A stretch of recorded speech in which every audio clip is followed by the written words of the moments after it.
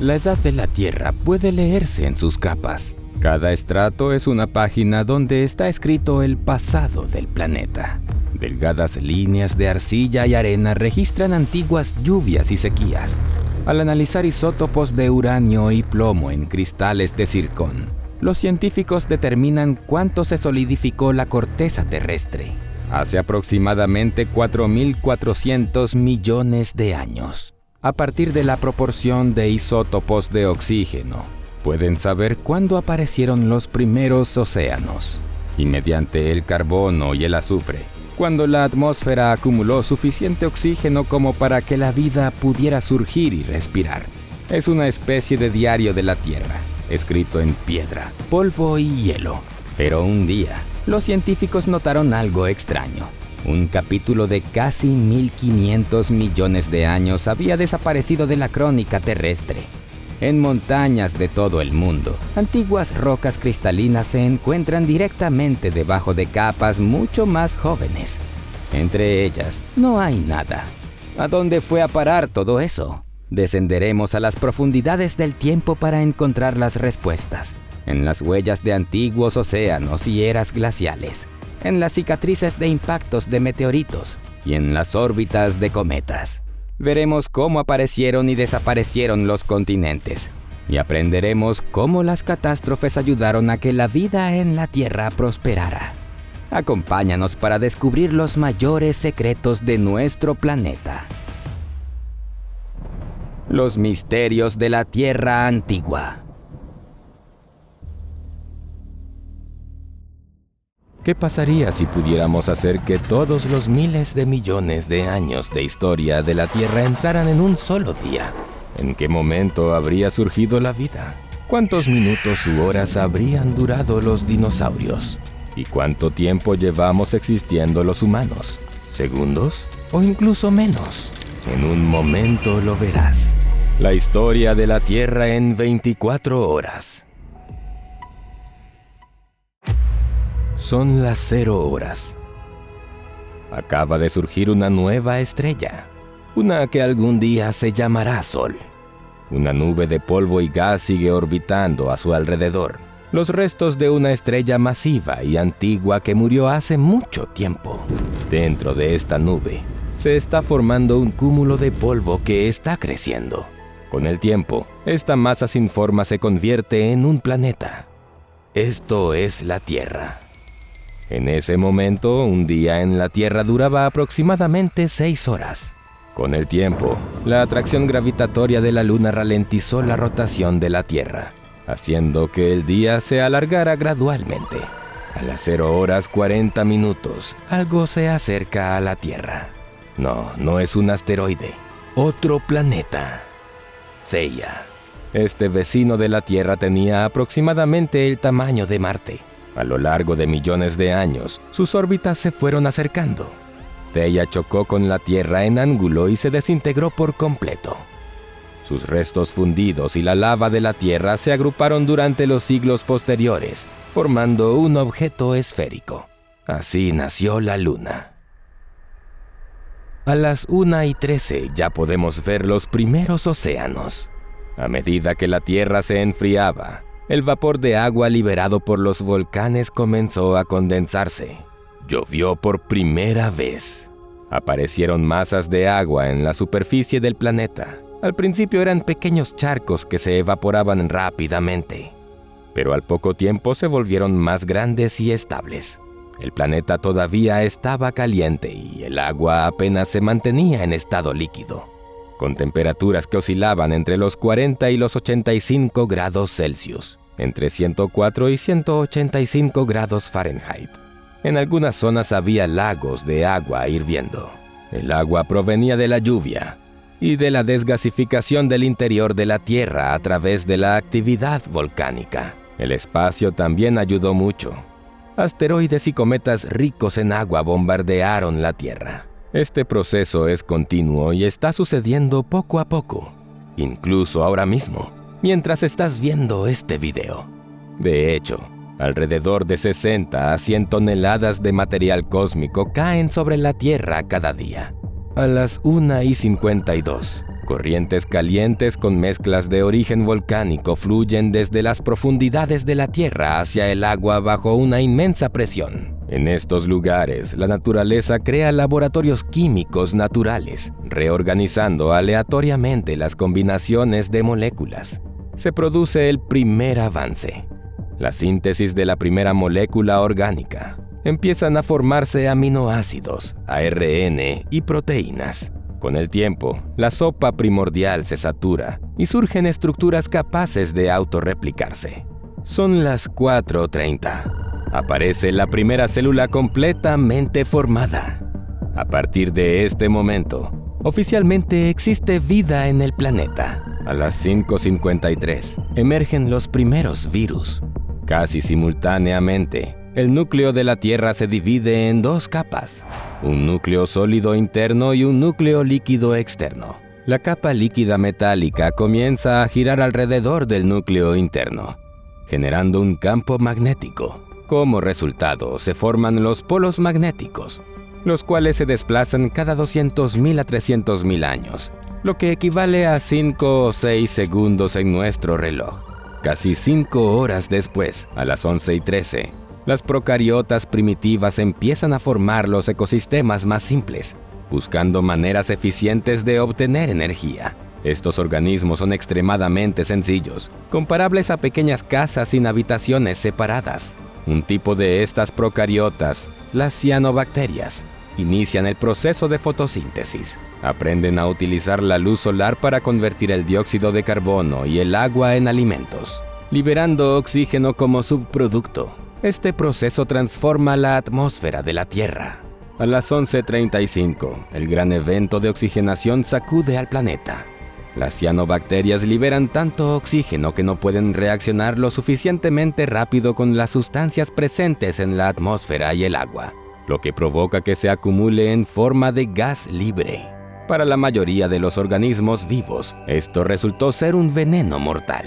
Sin embargo, para entonces ya habían surgido comunidades bacterianas capaces de utilizar el oxígeno como fuente de energía. Vivían en raras bolsas de oxígeno, que ahora empezaban a extenderse por todo el planeta. Para las 11:50, el oxígeno en las capas altas de la atmósfera empieza a transformarse en ozono. Gradualmente se forma una capa protectora que bloquea la radiación ultravioleta mortal y permite que la vida futura sobreviva más cerca de la superficie. Sin embargo, para entonces ya habían aparecido comunidades bacterianas capaces de utilizar oxígeno para obtener energía. Vivían en raros bolsillos de oxígeno que ahora empezaban a expandirse por todo el planeta. A las 13:39, la vida pasa a ser energéticamente a base de oxígeno. Al mismo tiempo, surgen nuevas formas de vida. Una célula engulle a otra, pero en lugar de digerirla, la célula ingerida se adapta y empieza a realizar funciones útiles. Así se forma una unión endosimbiótica que da lugar al surgimiento de un nuevo tipo de célula, las eucariotas. La diferencia entre procariotas y eucariotas es enorme. Una procariota es como un apartamento tipo estudio donde todo está en una habitación, mientras que una eucariota es como una casa grande con habitaciones separadas. La eucariota tiene un núcleo, una habitación especializada para almacenar y procesar información genética, mitocondrias, la central eléctrica y muchos otros orgánulos, cada uno de los cuales realiza su función específica. Para las 15:43, las células habían comenzado a agruparse, formando vida multicelular primitiva. Tan solo 2 horas después, a las 17:47, se había formado una vida pluricelular plenamente desarrollada. Apareció el primer organismo que se reproducía sexualmente, el alga bangiomorfa. Para entonces, también habían surgido los primeros hongos, pero algo inesperado estaba a punto de suceder en la Tierra. A las 20:38, el clima cambió repentinamente debido a los gases de efecto invernadero y las corrientes oceánicas, lo que dio lugar a la glaciación marinoana, también conocida como Tierra Bola de Nieve.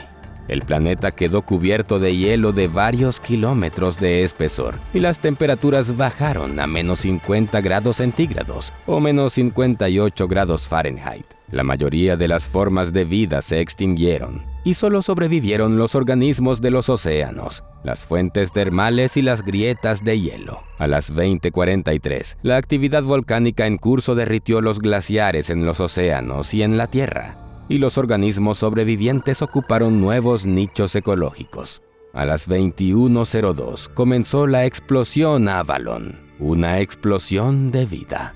Surge la biota ediacárica, los primeros organismos multicelulares complejos. Se trataba en su mayoría de criaturas de cuerpo blando y simetría radial. Algunos organismos alcanzaron varios centímetros de tamaño, a diferencia de las formas multicelulares simples anteriores. La biota ediacárica presentó una diversidad sin precedentes en cuanto a formas, estructuras y modos de vida. A las 21:12 se produjo la explosión cámbrica. La vida se volvió mucho más compleja y aparecieron los primeros organismos con partes corporales duras. La naturaleza empezó a experimentar con diferentes formas y funciones.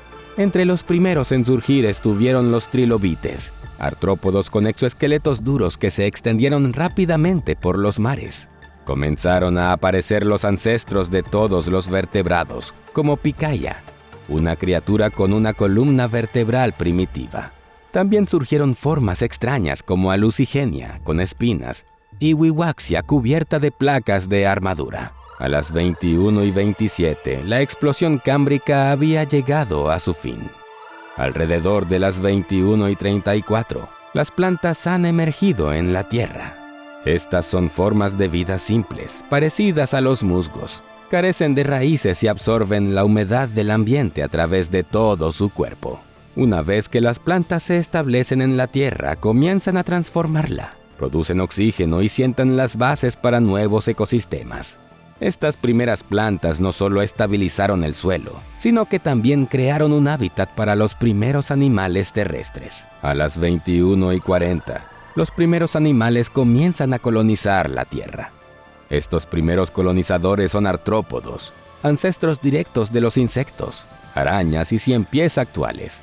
A medida que las plantas empiezan a cubrir las zonas costeras húmedas, los animales las siguen en busca de alimento y nuevos hábitats. A las 21:50, los océanos continúan repletos de vida. La era de los peces, el período devónico, ha comenzado. Las aguas están llenas de diversidad, desde criaturas sin mandíbulas hasta grandes depredadores como tiburones y peces acorazados. Se producen cambios significativos en los peces de aletas lobuladas. Uno de ellos, el Tiktaalik, comienza a utilizar sus aletas para desplazarse en aguas poco profundas, casi como si fueran extremidades. Parece que está a punto de dar un importante salto evolutivo. A las 22:05 este salto finalmente sucede. Somos testigos de un acontecimiento extraordinario. Los primeros anfibios salen del agua a la tierra. Estas criaturas descienden de peces de aletas lobuladas, cuyos miembros evolucionaron hasta convertirse en extremidades primitivas que ahora les permiten desplazarse por la tierra. El Ichthyostega y Acantostega son ejemplos bien conocidos de esta época. Tienen patas simples, pero aún conservan aletas y líneas laterales para percibir las vibraciones en el agua. Aunque todavía dependen del agua para reproducirse y para la humedad, pueden cazar y vivir en la tierra. A las 22:16, los continentes se unieron y formaron el supercontinente Pangea. Estas colisiones dieron lugar a la formación de montañas. El clima cambió. Las zonas interiores del continente se volvieron secas y las costas tropicales. Hacia las 22:20 aparecen los primeros reptiles en tierra firme. Estos descendientes de anfibios desarrollan características que les permiten ser completamente independientes de los cuerpos de agua y ampliar su hábitat. Estas criaturas son pequeñas y discretas, por ahora. Son las 22:48. Nos encontramos en el período Triásico. Algunos reptiles han evolucionado hasta convertirse en los primeros dinosaurios. Estas criaturas aún eran pequeñas y se parecían a grandes lagartos, pero tenían algunos detalles que las diferenciaban. Su principal característica era su postura erguida. A diferencia de la mayoría de los reptiles de la época, los dinosaurios caminaban con las patas debajo del cuerpo, en lugar de a los lados. Esta característica los hacía más rápidos y ágiles. Se dividen en dos ramas principales. Una, los saurisquios, que incluye depredadores como los tiranosaurios y herbívoros como los diplodocus.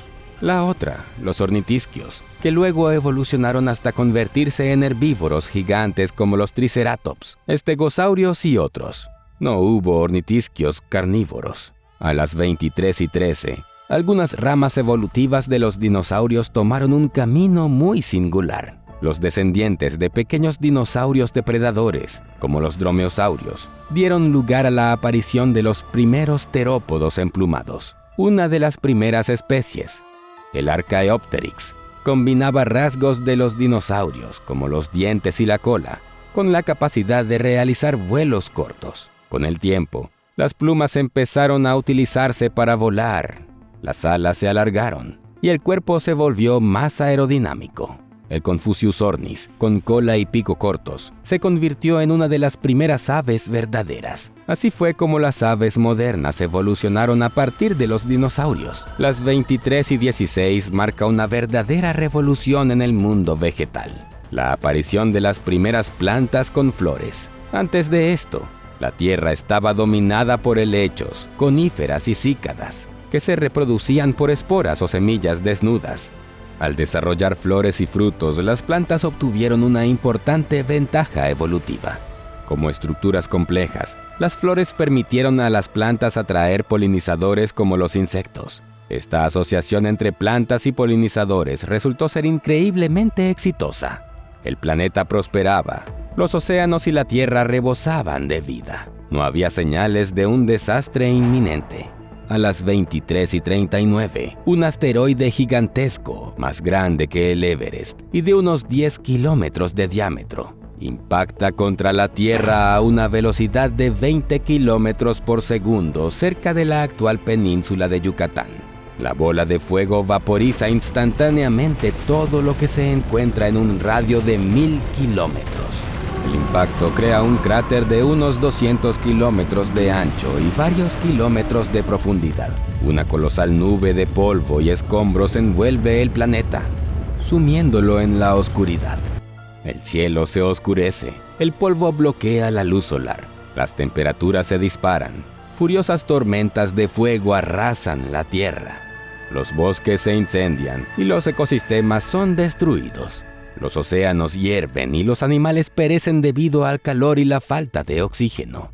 Poco después, las temperaturas caen en picada debido a que llega menos luz solar a la superficie del planeta, provocando un enfriamiento global. La fotosíntesis se detiene y los ecosistemas colapsan. Los dinosaurios mueren de frío y hambre. El clima se vuelve duro. Tormentas, tsunamis, terremotos e incendios forestales asolan el planeta. Después de varios años, el polvo comienza a asentarse. Una vez más, la luz del sol alcanza la superficie de la Tierra y el clima comienza a recuperarse. Una escena desgarradora se desarrolla bajo los débiles rayos del sol. Hasta el 75% de todas las especies vivas han desaparecido por completo, para siempre. Los sobrevivientes se adaptan desesperadamente a las nuevas condiciones. Con los nichos ecológicos abiertos tras la catastrófica extinción, la vida en la Tierra comienza a recuperarse. Las temperaturas vuelven a la normalidad, aunque el clima ha cambiado para siempre. Es el auge de los mamíferos, que antes eran pequeños y mayoritariamente nocturnos. Ahora ocupan los nichos liberados y evolucionan rápidamente. Su sangre caliente, sus nacimientos vivíparos y su pelaje les permitieron convertirse en la especie dominante. Algunos permanecieron en la tierra, otros regresaron al agua y algunos se establecieron en los árboles. Y entre ellos, surgen algunos especiales. Para las 23:40 ya podemos observar pequeños animales que se asemejan a los lémures modernos. Son criaturas nocturnas, buscan comida y se protegen de los depredadores terrestres en los árboles. Estos son primates.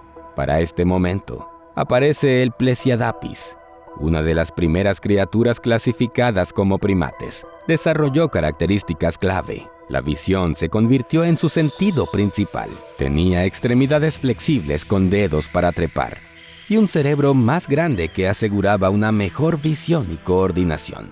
A las 23:49 aparecen los primeros monos de nariz estrecha. Y para las 23:58 algo legendario está a punto de suceder. En el continente africano, los densos bosques se transforman en sabanas. Los primates se ven obligados a descender de los árboles y adaptarse a la vida en el suelo. Esto da lugar a la aparición del Sahelanthropus cadensis, uno de los primeros homínidos que caminaba de forma estable sobre dos piernas, aunque conservaba algunas características simiescas. El bipedalismo no fue solo un truco evolutivo, facilitó el desarrollo de la inteligencia, ya que los miembros delanteros liberados resultaron útiles para realizar diversas tareas. Después de las 23:59 con 13 segundos, todo sucede en el último minuto de la historia. Aparece el Homo habilis, o el hombre habilidoso. El Homo habilis tenía un cerebro relativamente más grande, alrededor de 600 a 750 centímetros cúbicos, en comparación con sus predecesores. Sin embargo, su estructura física seguía siendo bastante primitiva, con brazos largos y un cuerpo pequeño. En el segundo 24 del último minuto de la historia, aparece el Homo erectus, que tiene un cerebro aún más grande, con un volumen de 850 a 1100 centímetros cúbicos. El Homo erectus está completamente adaptado a la vida bípeda y posee extremidades más proporcionadas. El Homo erectus da un paso decisivo, deja África y se extiende hacia Asia y Europa, y ya está intentando dominar el fuego. En el segundo 48 aparece el Homo heidelbergensis. Tiene un cerebro aún más grande, de 1100 a 1400 centímetros cúbicos. Estos seres usan el fuego de manera experta, construyen refugios y cazan grandes animales como mamuts y rinocerontes, utilizando lanzas de madera y herramientas de piedra. Esto requiere esfuerzo colectivo y planificación. 2 segundos después, aparece el Homo neanderthalensis, con un cerebro aún más grande, de 1200 a 1750 centímetros cúbicos, o 73 a 107 pulgadas cúbicas.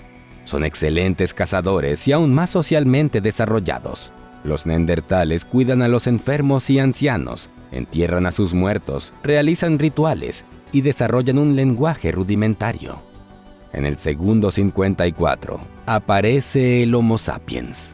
Al igual que los neandertales, son descendientes del Homo heidelbergensis. En este momento, las 3 especies coexisten en el planeta. El Homo heidelbergensis en África, Europa y Asia Occidental. Los neandertales en Europa y el Medio Oriente. El Homo sapiens en África. 2 segundos después, el Homo heidelbergensis desaparece. No puede adaptarse a las cambiantes condiciones ambientales y en parte se extingue, mientras que otros se asimilan y se mezclan con las nuevas especies humanas. En el segundo 58, aparece el primer Homo sapiens sapiens, el ser humano moderno. Casi de inmediato comienzan a migrar fuera de África, poblando otros continentes. En el último segundo 59, los neandertales se extinguen. Parte de su ADN permanece en los humanos modernos debido a la mezcla entre especies. Una fracción de segundo después, los humanos sobreviven a la última pequeña edad de hielo. El clima se vuelve más estable y favorable para la agricultura y la domesticación de animales. Ocurre la revolución neolítica y los humanos desarrollan la agricultura. Esto cambia fundamentalmente a la humanidad. La gente pasa a un estilo de vida sedentario. La población comienza a crecer. Surge la especialización del trabajo y las jerarquías sociales, y el avance tecnológico se acelera. En el milésimo 915 se construyen las pirámides de Giza. Momentos después, se crea la primera máquina de vapor comercialmente exitosa. 5 milisegundos después, se desarrolla el ARPANET, el precursor de Internet. Y ahora estamos en la era de Internet y la inteligencia artificial. Estás viendo este video y presionando el botón me gusta. El reloj marca la medianoche. Y sin embargo, no todas las horas de este largo día tienen voz. Entre esos minutos del pasado se esconde un capítulo con páginas faltantes. ¿Cómo te sentirías si de repente te dieras cuenta de que no recuerdas ni una cuarta parte de tu vida? Recuerdas bien tu infancia, recuerdas muy bien los últimos 2 años, pero no recuerdas gran parte de tu vida en el medio. No puedes recordar ni un solo acontecimiento. ¿Dónde viviste todo este tiempo? ¿Qué hiciste? ¿Qué alegrías y penas experimentaste? Nada. Resentimiento, vergüenza, confusión, pánico. Es difícil imaginar las emociones que se apoderarían de cualquiera de nosotros. Y ahora imagina que tal hecho existe a escala de un planeta entero. Nuestro planeta. ¿Sabías que aproximadamente una cuarta parte de la historia geológica de la Tierra simplemente falta? No es que no podamos encontrar pruebas. Es que las pruebas simplemente no existen físicamente. Esto no es una broma. Ni una exageración, ni una conspiración. Es un hecho científico que tiene un nombre igual de misterioso. La Gran Discordancia. Hoy aprenderás dónde y por qué desapareció una capa de tierra de 14 kilómetros sin dejar rastro en todo el planeta. ¿Cuál es la conexión entre el Gran Cañón y las cadenas montañosas de Australia? ¿Cómo se convirtió el invierno más mortífero de la historia del planeta en la cuna de una vida vibrante? ¿Quién apagó el campo magnético de la Tierra hace 500 millones de años? Vamos a explorar los misterios de los acontecimientos más grandiosos de la historia planetaria. El misterio de la Gran Discordancia.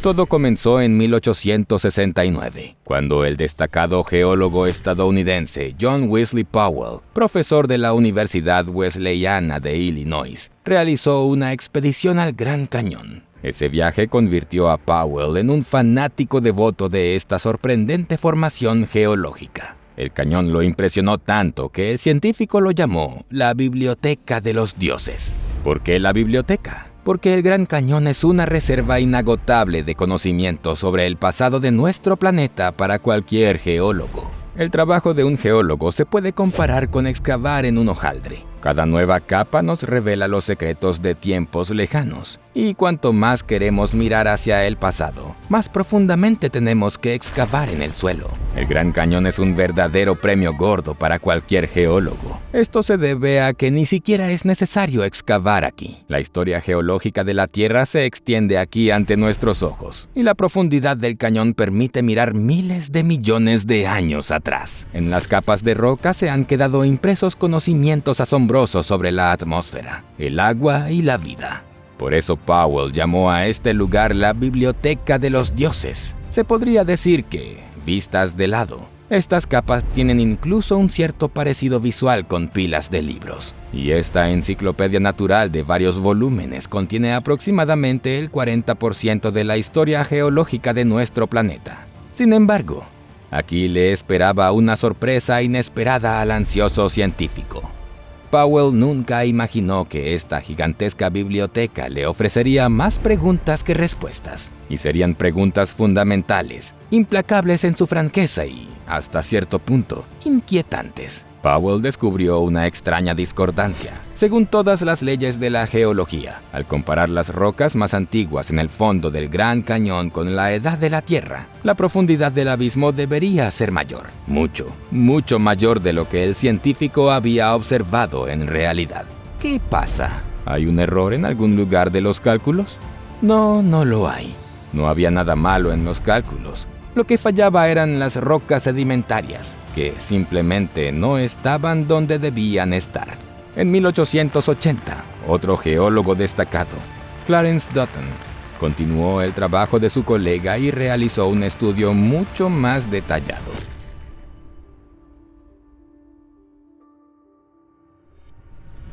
Descubrió que algunas de las capas inferiores de roca en las profundidades del cañón estaban inclinadas hacia las capas superiores. Dutton sabía con certeza que estas capas inclinadas consistían en depósitos muy antiguos. Originalmente se depositaron como estratos horizontales, principalmente ríos y otros cuerpos de agua. Luego, con el tiempo, los sedimentos se endurecieron y las fuerzas geológicas empujaron algunas capas hacia arriba en un ángulo. Más tarde, los bordes afilados de estas capas en ángulo fueron recortados por la erosión. Y más tarde, nuevas capas de roca sedimentaria que permanecieron más o menos horizontales se depositaron justo encima de ellas.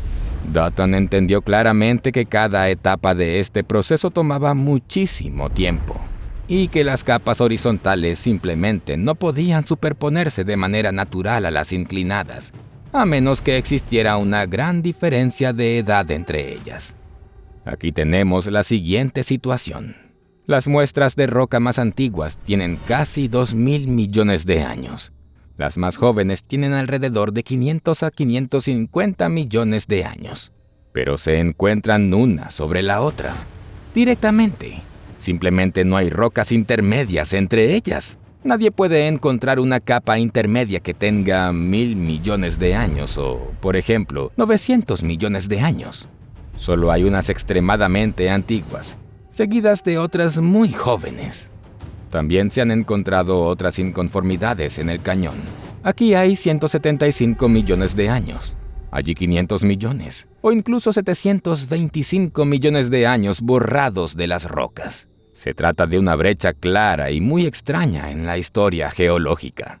Gracias a Dutton y Powell, esta extraña discordancia se ha convertido en la gran discordancia para el mundo científico. Discordancia porque las rocas de abajo eran muy antiguas y las de arriba eran mucho más jóvenes. Y se llamó gran porque en el medio faltaban rocas que databan de casi un tercio de la historia de la Tierra. Y aunque ambos grandes científicos se dieron cuenta de la importancia de su descubrimiento, en ese momento no podían imaginar que, incluso casi 150 años después, sus seguidores continuarían enfrentándose en acalorados debates científicos sobre las causas del fenómeno. De hecho, pronto quedó claro que la gran discordancia no era solo un problema del Gran Cañón. Las pruebas de que el fenómeno afecta a todo el planeta se hicieron cada vez más patentes. Resulta que el mismo proceso fue observado 100 años antes por otro científico, James Hutton, pero en la lejana Escocia, en Siccar Point, en la Gran Falla de Glen, aunque tenía edades diferentes y la escala del problema era diferente. Pero en la montaña de Frenchmont, al este de Las Vegas, la situación era exactamente la misma que en el Gran Cañón. Allí, las rocas de 1.7 mil millones de años de antigüedad fácilmente vecinas a las de 520 millones de años. Tampoco está claro qué ocurrió con la roca en el medio. Ahora se invita a los turistas a tomar una ruta especial para ver el lugar donde desapareció un cuarto de la historia de la Tierra. Pero aún queda mucho por descubrir. Oeste de los Estados Unidos. Se han encontrado señales de la gran discordancia en lugares como el Parque Nacional Zion en Utah y el Parque Nacional Glacier en Montana, montañas rocosas canadienses. La gran discordancia se encuentra en el Parque Nacional Banff y el Parque Nacional Jasper en Alberta, una serie de lugares donde las rocas precámbricas antiguas y las rocas sedimentarias paleozoicas superpuestas no encajan entre sí. Brasil. Es lo mismo. Se encontraron algunos lugares en las tierras altas brasileñas donde las rocas cristalinas precámbricas antiguas se superponen con capas sedimentarias de la era paleozoica. Australia. Varias regiones del continente sur muestran signos de la gran discordancia. Por ejemplo, las cordilleras Flinders y McDonnell. Y estos son solo algunos ejemplos de tales lugares. De hecho, se encuentran discordancias significativas en muchas regiones geológicas del mundo, que representan lagunas extremadamente extrañas en el registro geológico del planeta. Cada vez más científicos se inclinan hacia este punto de vista. Por ejemplo, Stephen Marshak, profesor de la Universidad de Illinois, afirma directamente que tales discordancias existen en todo el planeta. El Gran Cañón y otros lugares con un relieve similar solo nos muestran la evidencia más obvia y visible, que es literalmente una molestia para los asombrados científicos. En algún lugar de Europa, para llegar a las capas de tal antigüedad, uno debe perforar varios kilómetros de profundidad. Pero Stephen prácticamente nos asegura que si nos fijamos un objetivo y perforamos a esa profundidad en cualquier lugar, nos encontraremos exactamente con lo mismo. Las piedras con una diferencia de edad de más de 1.000 millones de años se encontrarán unas sobre otras. En total, hay 10.000 millones de kilómetros cúbicos de tierra que simplemente desaparecieron. ¿A dónde se fueron? Juguemos a ser los pragmáticos escépticos y supongamos que no existieron en absoluto. Pero eso no sería más que un intento de enterrar nuestra cabeza en la arena, porque el problema en sí mismo no desaparecerá. Una cantidad tan gigantesca de depósitos desaparecidos incomprensiblemente refleja una cantidad igualmente gigantesca de tiempo no registrado, casi una cuarta parte de la historia de la Tierra. Como si una fuerza poderosa invisible simplemente detuviera el tiempo y, después de 1.000 millones de años, comenzara todo de nuevo, desde cero. Bueno, casi desde cero. En este punto, incluso el escéptico más persistente dudaría y comenzaría a especular con las teorías conspirativas más locas. Cabe decir que se convirtió en una cuestión de honor y de principios para los científicos descubrir qué sucedió realmente. Y lo más interesante es que la gran discordancia coincide casi misteriosamente con 3 eventos clave en la historia de la Tierra.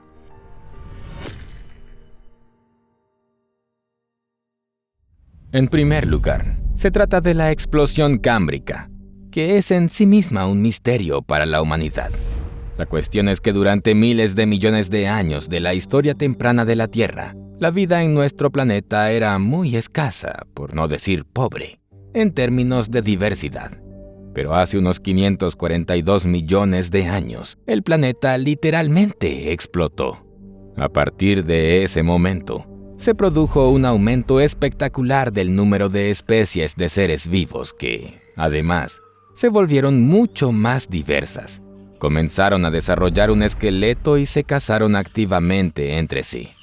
A partir del momento de la explosión cámbrica, la Tierra formó más o menos las leyes de la naturaleza por las que todavía vivimos hoy. Por supuesto, todo esto no ocurrió de la noche a la mañana, y el proceso duró millones de años. Pero lo que es importante para nosotros es que este proceso, por una curiosa coincidencia, ocurrió justo después del final de la gran discordancia.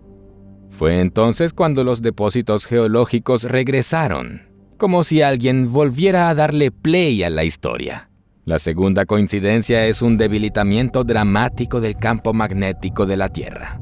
Un estudio realizado por geólogos de la Universidad de Rochester encontró evidencia de un debilitamiento significativo del campo magnético de la Tierra hace unos 565 millones de años, que duró unos 5 millones de años. Para obtener esta información, los investigadores estudiaron antiguas rocas volcánicas de Canadá y Australia. Estas rocas contienen diminutas partículas de minerales magnéticos que literalmente registraron la fuerza y la orientación del campo magnético de la Tierra en el momento de su formación. Al analizar las propiedades magnéticas de las rocas, los investigadores pudieron reconstruir el comportamiento del campo magnético en el pasado. Los resultados mostraron que el campo magnético de la Tierra en ese momento era solo un 10% de su fuerza actual, lo cual es increíblemente bajo. La radiación solar atravesaba todo lo que estaba vivo como un cuchillo cortando mantequilla. La actividad del campo magnético está directamente relacionada con el núcleo de hierro de nuestro planeta. Y probablemente había algo extraño sucediendo con él en esa época. Pero aún más extraño, el campo magnético volvió a la normalidad justo en la época de la explosión de vida del Cámbrico. La causa exacta del dramático debilitamiento del campo magnético sigue sin estar clara. Los investigadores sugieren que puede deberse a interacciones complejas entre el núcleo y el manto de la Tierra, así como la influencia de procesos geológicos como la tectónica de placas. Puede que estés de acuerdo conmigo en que no es una explicación muy buena. Por último, la tercera coincidencia es la primera gran extinción animal, la biota ediacárica, que vivió casi inmediatamente antes de la explosión cámbrica, se extinguió en un 80% hace unos 540 a 550 millones de años. En un estudio muy reciente de noviembre de 2022, los investigadores de la Universidad Politécnica de Virginia afirmaron con audacia que literalmente todo y en todas partes de la Tierra se extinguió, independientemente del hábitat. Pero no está claro qué ocurrió exactamente ni por qué, como suele suceder. ¿No son demasiadas coincidencias? El sentido común sugiere que todos estos acontecimientos trascendentales están de alguna manera relacionados entre sí. Pero, ¿cómo? ¿Y qué lugar ocupa la gran discordancia en todo esto? ¿Es un reflejo de algún proceso titánico que condujo a todos estos cataclismos? Es importante no hacer afirmaciones tajantes ni apresurarse en este tema.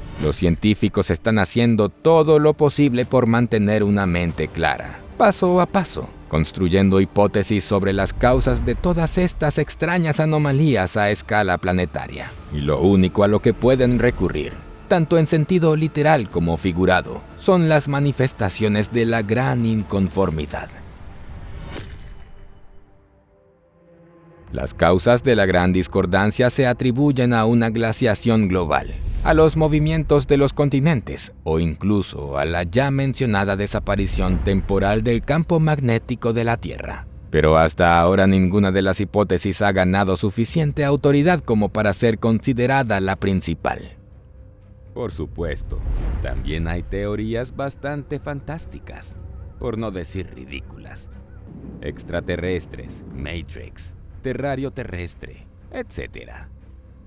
Pero si nos limitamos al enfoque puramente científico, en realidad solo nos quedan dos opciones.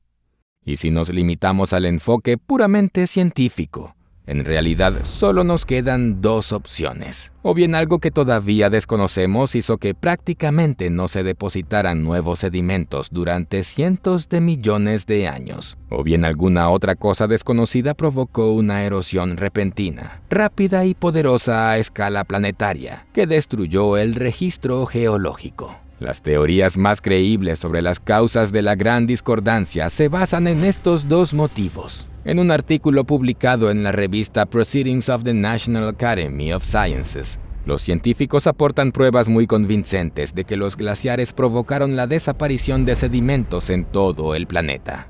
Esta hipótesis se basa en una teoría interesante, muy popular en los círculos científicos y también bastante convincente, con el divertido nombre de glaciación global. Afirma que la Tierra estaba completamente cubierta de hielo en parte de los períodos criogénico y ediacárico de la era neoproterozoica, y posiblemente también en otras eras geológicas. Según esta versión, son los glaciares gigantescos los que se han desprendido literalmente, raspando una capa de roca con un espesor de más de una docena de kilómetros de la superficie del planeta. Al fin y al cabo, los glaciares se mueven, arrastrando consigo el suelo. Un equipo internacional de investigadores observó diminutos cristales de un mineral llamado zircón. No debe confundirse con el metal zirconio, que forma parte del zircón junto con el silicio y el oxígeno. El zircón es uno de los primeros sólidos que se forman cuando las rocas líquidas fundidas, es decir, el magma, se enfrían, y es un mineral muy duro. Puede conservarse en forma de grandes fracciones incluso después de procesos geológicos muy destructivos que convierten a otros animales en polvo fino. Y lo que es aún más importante, este mineral puede capturar en sí mismo las condiciones geoquímicas circundantes justo en el momento de su propia formación. Los científicos han aprendido desde hace tiempo a datar estos cristales por la presencia de isótopos de uranio, un elemento radiactivo que se descompone de manera muy lenta. En este estudio, el equipo también investigó los isótopos de oxígeno y hafnio en los cristales de zircón. Sus relaciones varían ampliamente entre la corteza continental que forma la Tierra y la corteza oceánica que forma el lecho marino. De esta manera, los científicos pueden entender si una parte en particular contribuyó de manera significativa al magma del cual se formaron los cristales de zircón. En total, se estudiaron unos 30.000 cristales, y esto es lo que mostraron los resultados. Una capa de hasta 14 kilómetros verticales, aparentemente fue literalmente despojada de toda la superficie terrestre del planeta, luego arrojada a los océanos. Después, toda esta materia fue al subsuelo y se convirtió en magma a través de un proceso de subducción. Esto encaja bien con la idea de que hace unos 650 millones de años todo el planeta, o la mayor parte de él, estaba completamente cubierto de hielo. Y los investigadores complementaron esta prueba examinando antiguos cráteres de impacto. Observaron que debería haber más cráteres intactos después de la glaciación global que antes de ella, porque las capas de hielo masivas deben haber raspado cráteres más pequeños exactamente de la misma manera. De hecho, existen muchos lugares conocidos donde los invitados cósmicos, grandes meteoritos y asteroides colisionaron con el planeta, desde el período cámbrico en adelante. Pero hasta ahora, los científicos han logrado encontrar muy pocos cráteres formados antes del cámbrico. Y los que existen están todos a grandes profundidades, combinados con los datos sobre los cristales de circonio. Esto demuestra de manera muy convincente que los gigantescos glaciares efectivamente estaban destruyendo intensamente la superficie terrestre hace unos 650 millones de años. Parece que el misterio está resuelto. Bueno, no lo está. Esta teoría coherente no está exenta de espacios en blanco, y algunos muy visibles. Uno de los problemas más complicados de la teoría es que, según todos los indicios, la Tierra ya debería haberse calentado lo suficiente en millones de años antes de que terminara la formación de la Gran Discordancia. Y no está del todo claro por qué no hay capas de sedimentos pertenecientes a este período convencionalmente de transición. Los autores del estudio hacen algunas suposiciones bastante desesperadas. Según su versión, el hielo podría simplemente no dejar nada después de sí, es decir, raspar toda la tierra del planeta y arrojarla al océano como un sumidero. Y luego tomó mucho tiempo para que se formara nueva tierra, literalmente desde cero. Pero nuevamente, la suposición es bastante desesperada y los autores del estudio admiten que se necesitan más datos para confirmarla. En el contexto de las lagunas en la versión glacial de la Gran Discordancia, está ganando terreno otra teoría. Se basa en la historia de la formación y desintegración del supercontinente Rodinia. Cabe señalar que esta teoría no niega la hipótesis de la glaciación global. Al contrario, la confirma y concuerda bien con ella. Sin embargo, ofrece otras razones para la Gran Discordancia. Expliquemos brevemente la esencia. Según la idea de la glaciación global, los glaciares cubrían toda o la mayor parte de la superficie de la Tierra, desde los polos hasta el Ecuador. Y esto pudo haber sucedido más de una vez a finales del Proterozoico. Es posible que haya habido varios episodios de glaciación global. El primero comenzó hace unos 716 millones de años y el último terminó hace apenas 635 millones de años. Y estos periodos fríos seguramente están relacionados con la Gran Discordancia. Pero es una gran pregunta cómo exactamente están relacionados con ella. Y cada científico dará respuestas diferentes. O bien la glaciación global fue la causa de la formación de la Gran Discordancia que acabamos de describir. O bien la Gran Discordancia fue parte de los procesos que provocaron la glaciación global. Un estudio publicado en 2018 nos ofrece una perspectiva diferente. Examinó la meseta de Ozark en América del Norte, donde arenisca cámbrica de 500 millones de años se encuentra sobre granito de 1400 millones de años. Aquí, como en el Gran Cañón, la Gran Discordancia es claramente visible. También se utilizaron isótopos de uranio y helio atrapados en cristales de circón para la datación. Los investigadores descubrieron que esta área estuvo sujeta a elevación tectónica y erosión hace unos 850 a 680 millones de años. Esto coincide con la ruptura del supercontinente Rodinia. Como recordatorio, un supercontinente es un continente que contiene toda o casi toda la tierra del planeta. Por tanto, el levantamiento tectónico a gran escala puede ser un efecto secundario de la ruptura del supercontinente. Según los autores del estudio, varios kilómetros verticales de roca se han elevado y luego destruido por la erosión. como la meseta de Ozark estaba muy tierra adentro en ese momento. Los científicos sospechan que la erosión a gran escala afectó a todo el continente. Luego, las partes de Rodinia divergieron a diferentes partes del planeta y luego convergieron hasta 3 veces más en nuevas generaciones de supercontinentes: Pannotia, Gondwana y Pangea. Esta última se dividió en los continentes fácilmente reconocibles que vemos en los mapas. Pero el legado de la erosión a gran escala durante la era de Rodinia no desapareció y esperó a sus descubridores, Powell y Dutton. Y eso no es todo. ¿Recuerdas que dijimos que, según una versión, la gran discordancia y la glaciación global fueron causadas por el mismo proceso? Los autores del estudio creen que la erosión de todas esas rocas del Proterozoico tuvo un impacto muy dramático en el clima, es decir, enormes cantidades de carbono en la Tierra y los océanos se retuvieron mediante reacciones químicas y no llegaron a la atmósfera.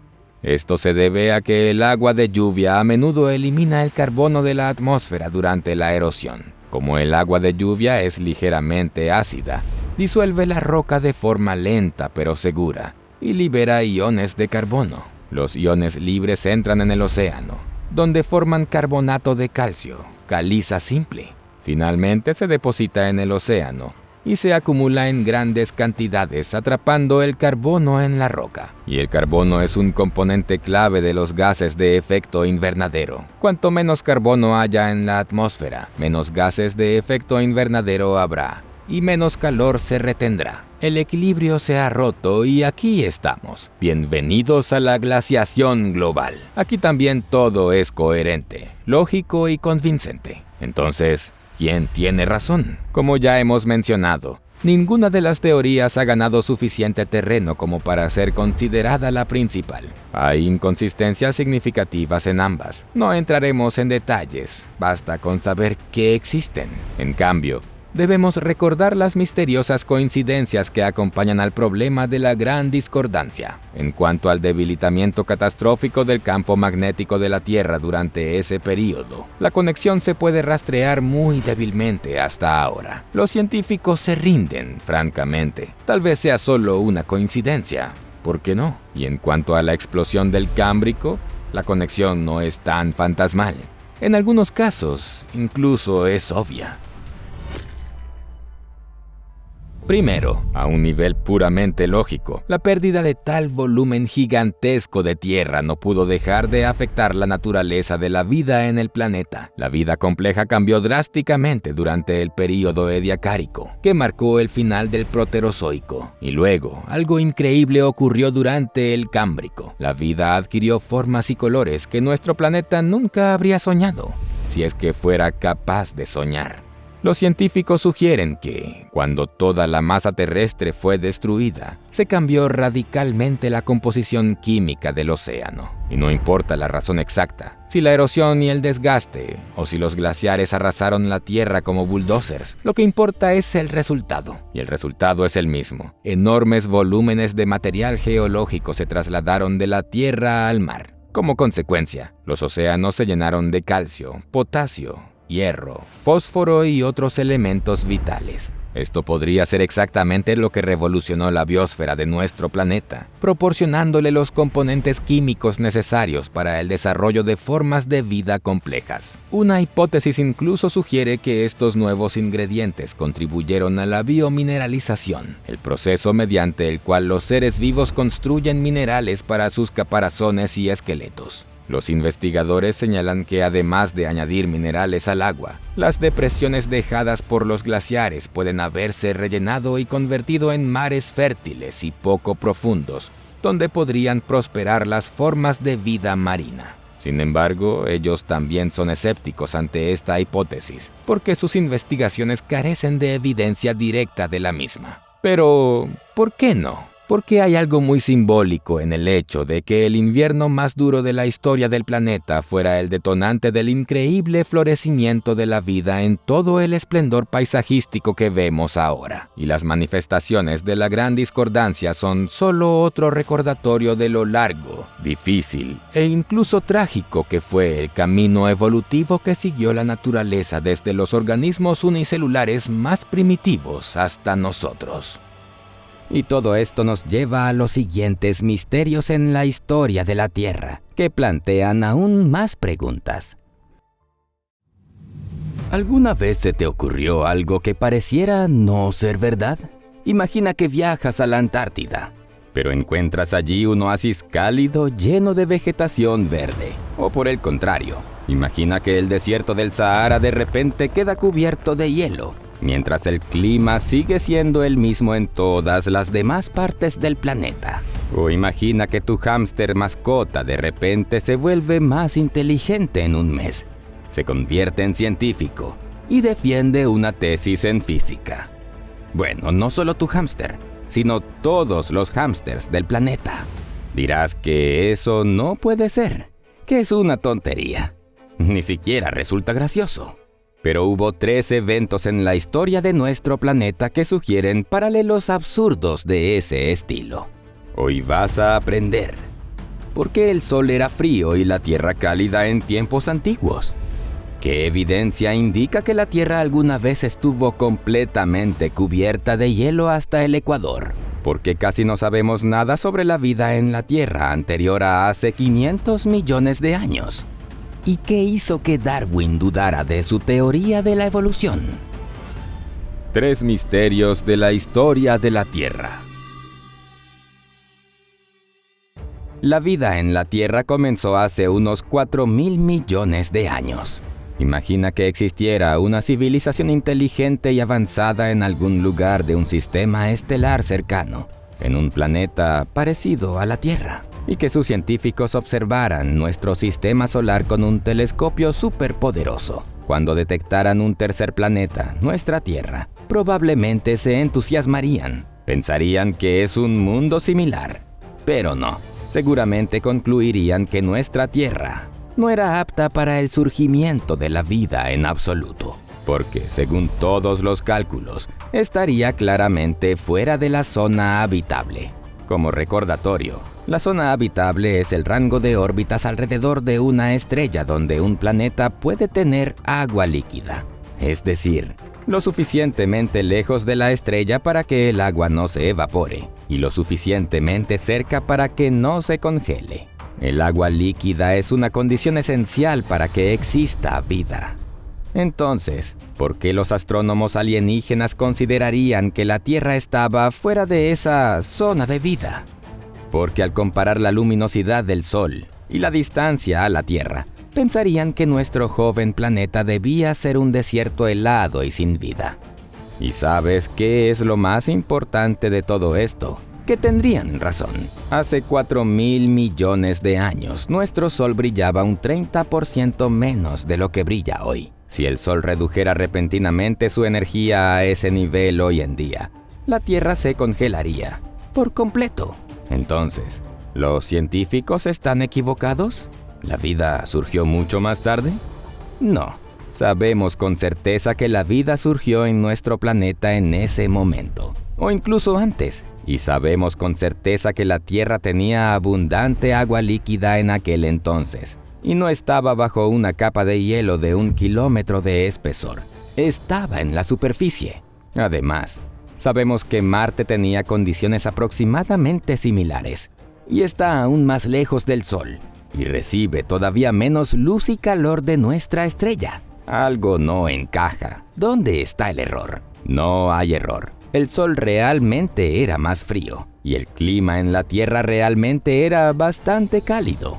No es un error, es una paradoja. En la comunidad científica se la conoce como la paradoja del Sol joven y débil. El legendario astrónomo Carl Sagan fue el primero en prestarle atención seriamente a esta paradoja en 1973. Y en ese momento, junto con su colega George Mullen, propusieron algunas posibles soluciones. Otros científicos lo siguieron y la paradoja empezó a generar rápidamente hipótesis. Sí, hubo muchas, porque ninguna daba una respuesta completa. Consideremos las más viables y plausibles, y después veamos cómo terminó esta búsqueda científica. Una de las hipótesis dice que la antigua Tierra se calentaba gracias a la Luna. Por supuesto, no significa que la Luna en ese entonces no solo brillara, sino que también calentara.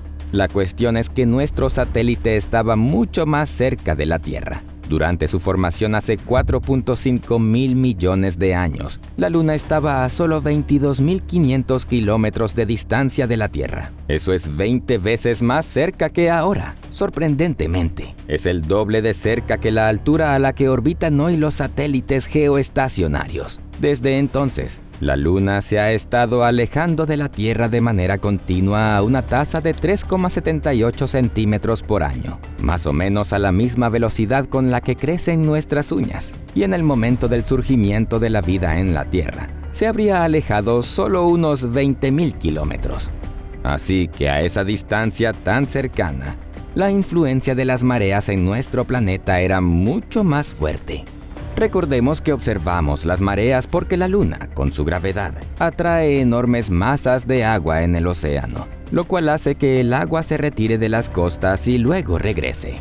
Pero la cuestión es que la Luna no atrae solo el agua, sino también todo lo demás: llanuras, colinas, montañas y las entrañas de la Tierra.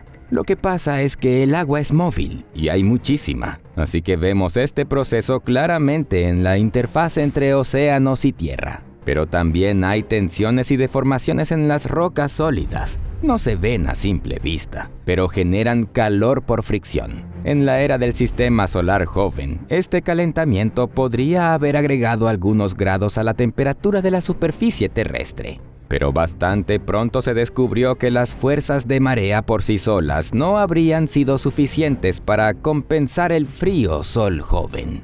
De esta hipótesis surgió otra, porque creemos que la distancia de la Tierra al Sol hace 4.000 millones de años era la misma que ahora, inspirada por la analogía con la cercanía de la Luna a la Tierra en aquellos tiempos antiguos. Esta opción también fue considerada por los científicos. Sin embargo, no se sostuvo demasiado. Pero incluso si asumiéramos que esta opción fuera verdadera, esta hipótesis sigue contradiciendo el hecho de que Marte también tenía un clima templado. Marte habría estado demasiado lejos como para mantener agua en forma líquida de todos modos. Sin embargo, el planeta rojo tenía un océano entero del tamaño del océano Ártico terrestre en aquel entonces. Y de hecho, hace 3,5 mil millones de años, Marte alcanzó el pico de desarrollo de su hidrosfera.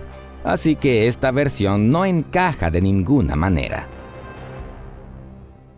Otra versión sugirió que aunque el Sol era más frío en ese momento, su actividad era mayor. Y no hay contradicción en eso. Significa que la luminosidad del Sol era un 30% menor que hoy, pero estaba perdiendo materia a una tasa más rápida. Las frecuentes llamaradas solares creaban un viento solar más potente que el actual. Y el viento solar es un flujo de partículas, no luz. Se sabe con certeza que el Sol ha perdido alrededor del 5 al 6% de su masa durante su existencia debido a estos procesos. Por lo tanto, es bastante probable que estos flujos de partículas de alta energía pudieran haber contribuido al calentamiento del planeta. Sin embargo, esto tampoco fue suficiente para calentar adecuadamente la Tierra, y mucho menos Marte.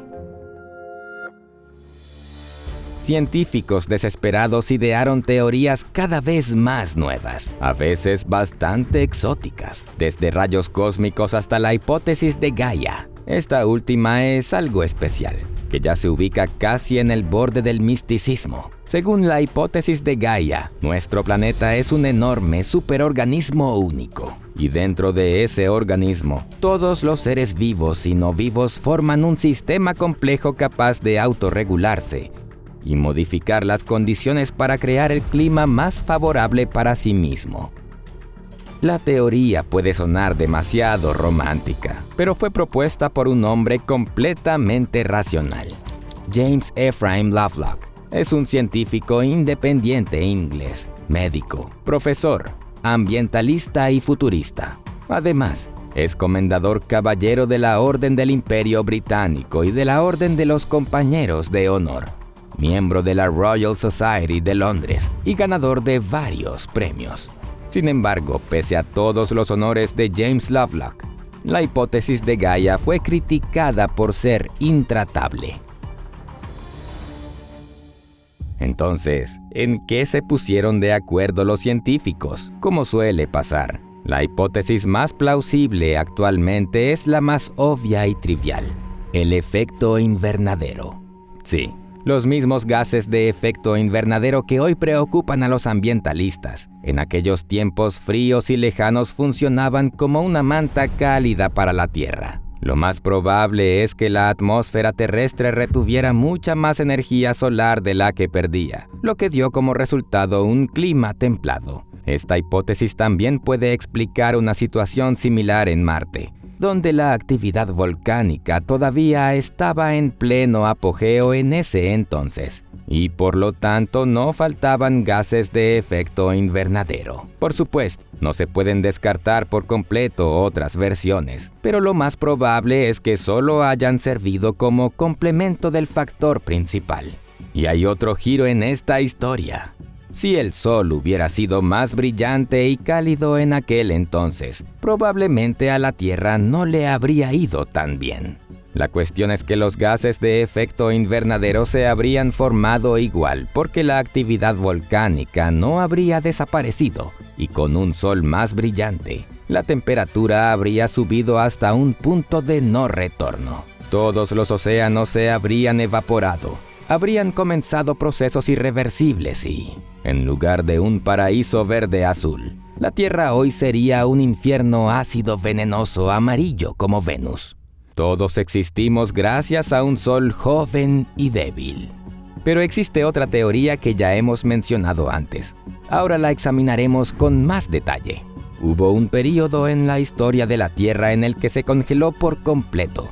Y no estamos hablando de eras glaciales, porque esas fueron solo olas de frío localizadas que aún dejaban muchas regiones con climas templados. Estamos hablando de un congelamiento real global, que convirtió a nuestro planeta en una gigantesca bola de nieve. Durante ese periodo, incluso los trópicos estaban cubiertos de hielo, incluso el Ecuador.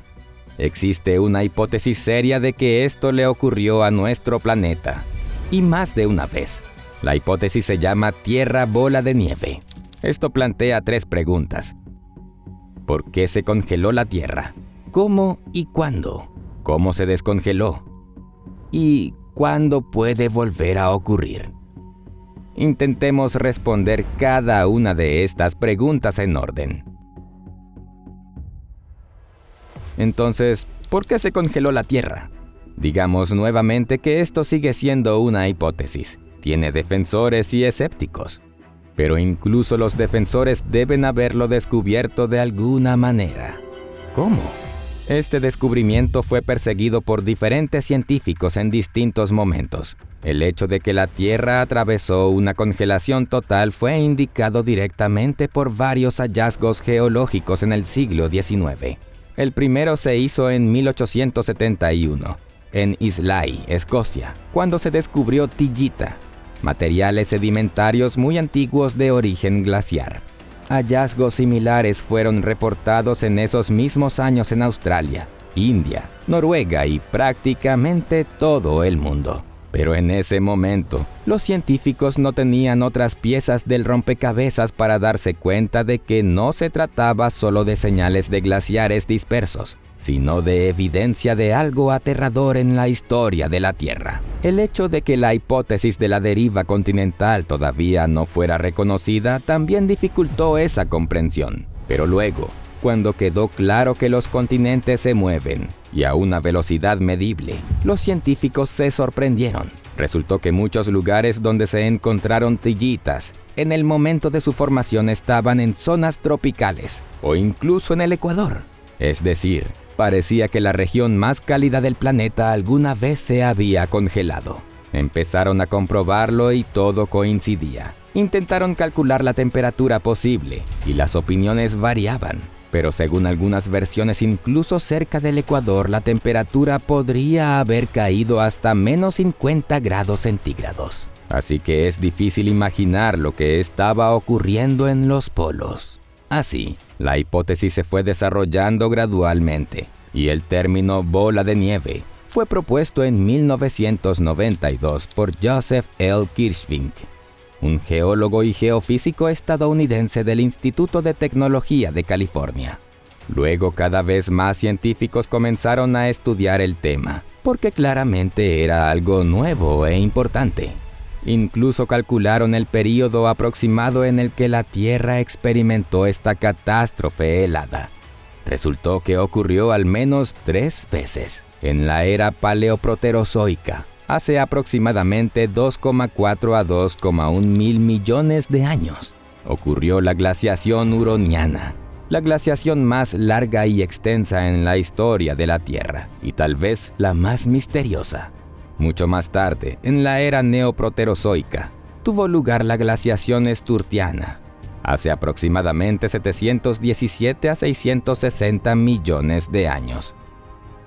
Y casi inmediatamente después, tras una breve pausa de 10 millones de años, la Tierra fue golpeada por la tercera gran glaciación, la llamada glaciación marinoana, hace 650 a 635 millones de años. Fue relativamente fácil calcular la edad de las glaciaciones. Determinar sus causas fue mucho más difícil, e incluso el mecanismo de estos procesos no estaba del todo claro. ¿Cómo pudo ser que un planeta con un clima bastante templado y con vida ya existente de repente se congelara hasta tal punto que se volviera similar al satélite de Saturno, Encelado? Había una teoría bastante audaz que sugería que la inclinación del eje de la Tierra, que hoy es de 23,44 grados, podría haber aumentado bruscamente debido a una colisión con un gran asteroide y luego haberse nivelado gradualmente. Gradualmente significa millones de años de glaciación. En ese caso, la mayor parte del planeta podría haber estado teóricamente en sombra, y gran parte de la luz solar habría pasado tangencialmente, sin calentar realmente el planeta. Los ciclos hidrológicos, es decir, el ciclo del agua en la naturaleza, también se habría visto completamente interrumpidos. Aclaremos este punto. Este escenario puede parecer poco plausible, porque el planeta habría permanecido a la misma distancia del Sol de todos modos, así que no debería importar la inclinación del eje, ¿verdad? Pero en realidad, sí podría haber ocurrido debido a esa inclinación.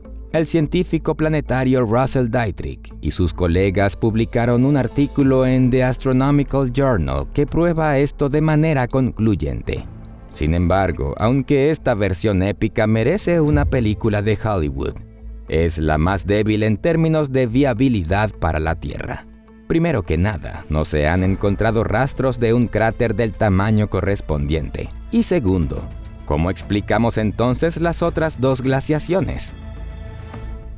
Una hipótesis menos cinematográfica, pero igual de épica, sugiere un paso único de la Tierra a través de una nube interestelar de polvo cósmico grande. Al mezclarse con hollín y ceniza volcánica, este polvo podría haber aumentado el albedo, es decir, la reflectividad de la atmósfera superior del planeta. En ese caso, parte de la energía del Sol se dispersaría en las capas superiores sin llegar a la superficie, y otra parte se reflejaría. Este escenario, por cierto, no es fantástico. Existen enormes nubes de polvo cósmico después de explosiones de supernovas. Una de esas nubes formó todo nuestro sistema solar, y algunos fragmentos pequeños de estrellas antiguas flotan en el vasto universo. Bueno, pequeños es un término relativo. Esta hipótesis afirma que el paso completo del sistema solar a través de una nube así podría haber tomado unos 500.000 años. Pero, nuevamente, esto solo podría explicar un evento de congelamiento de la Tierra en una bola de nieve planetaria. Pero 3 veces claramente es demasiado. Además, No encontramos en nuestro planeta rastros de uranio 235 anormalmente joven ni otros elementos pesados de origen extraterrestre, lo cual sería una señal clara de tal evento. Es decir, simplemente no hay evidencia que apoye esta hipótesis. Y ahora, finalmente, llega la versión más plausible, como siempre, la más simple y obvia. Efecto invernadero. ¿Otra vez? ¿Pero cómo? Sí, no es una broma. Lo que hoy genera preocupación por el calentamiento global bien podría haber tenido una vez el efecto opuesto. Bajo ciertas circunstancias, un aumento de gases de efecto invernadero podría llevar a que la Tierra no se convierta en Venus, sino en el mencionado Encélado, solo que más grande. Este escenario puede ilustrarse con el ejemplo de la glaciación más reciente del final del Proterozoico. Podría haber sido causada por la siguiente secuencia de eventos. En aquellos tiempos, el mapa de los continentes de la Tierra tenía poco en común con el actual. En ese entonces, el proceso de desintegración del antiguo supercontinente Rodinia estaba en pleno desarrollo. Teníamos un video especial sobre supercontinentes antiguos, así que la desintegración estuvo acompañada por intensa actividad volcánica, de modo que se formaron enormes arcos volcánicos, saturando cada vez más la atmósfera con ceniza y hollín. Con el tiempo, la atmósfera se volvió menos y menos transparente a los rayos del sol. Finalmente llegó un análogo natural del invierno nuclear, o más bien, un otoño nuclear, cuando la temperatura en la superficie de la Tierra se mantuvo alrededor de cero durante mucho tiempo, o incluso mucho más baja. Recordemos que el Sol era menos brillante en el pasado que hoy. Pero con el tiempo, la actividad volcánica disminuyó y la atmósfera comenzó a despejarse.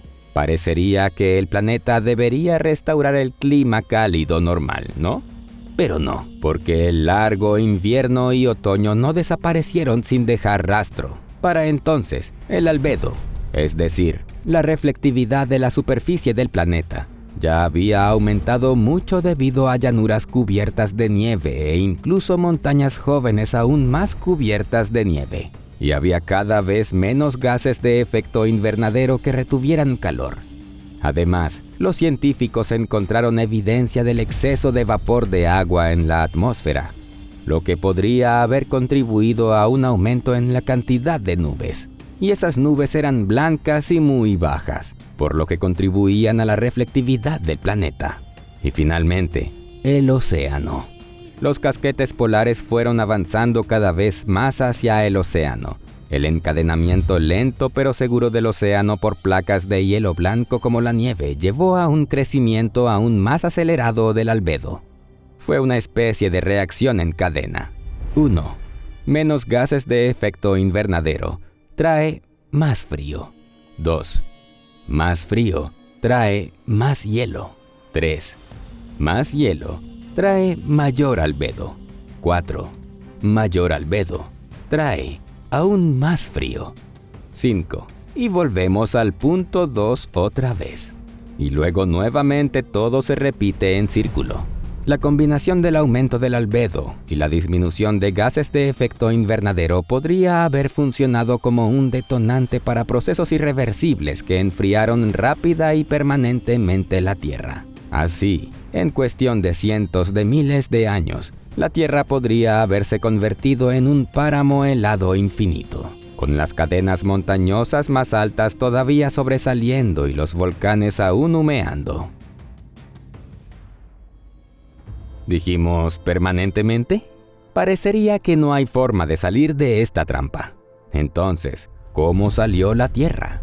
La pregunta es crucial, porque los opositores de la teoría de la Tierra bola de nieve usaron este argumento. Creen que una glaciación a esa escala sería irreversible. Sin embargo, los científicos usaron numerosos modelos para demostrar que la Tierra sí podría salir de la trampa de hielo por sí sola. Y aquí funciona la misma lógica.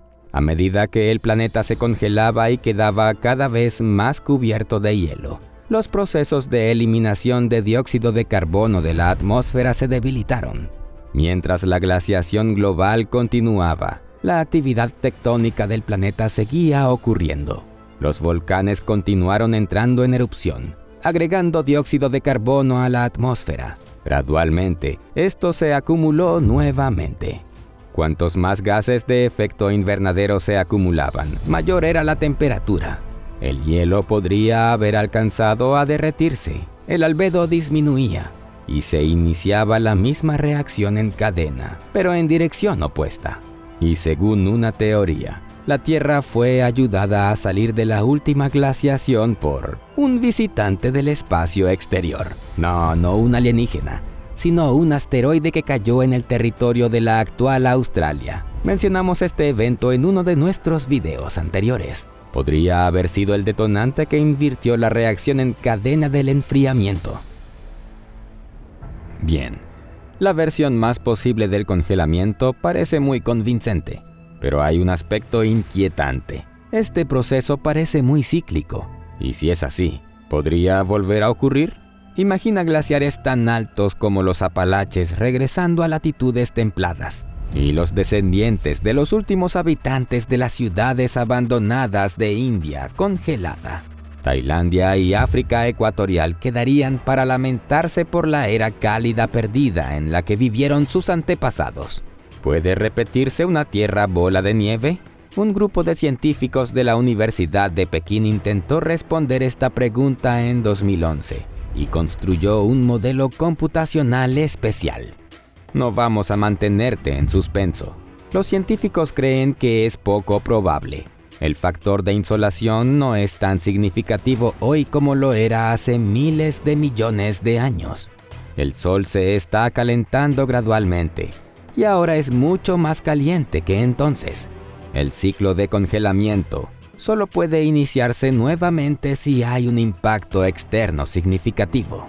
La caída de un asteroide, o la nube galáctica mencionada, o la salida de la Tierra de su órbita debido al paso de algo masivo, como una estrella de neutrones cercana. Pero todo esto es extremadamente improbable, al menos en nuestra vida. Así que, de los escenarios distópicos, el venusino sigue siendo el más probable, a menos que la humanidad entre en razón. Sí, una catástrofe planetaria no solo puede ser fría, sino también caliente. Pero, ¿por qué deberíamos considerar la glaciación global como algo catastrófico? Bueno, podrías pensar que una glaciación así habría eliminado la mayor parte de la vida del planeta. Sí, es cierto, pero aquí está el punto.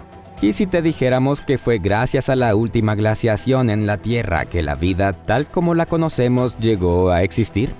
Y que nosotros también, como parte de esa vida, aparecimos gracias a la glaciación total del planeta. Al menos, eso es lo que muchos científicos creen.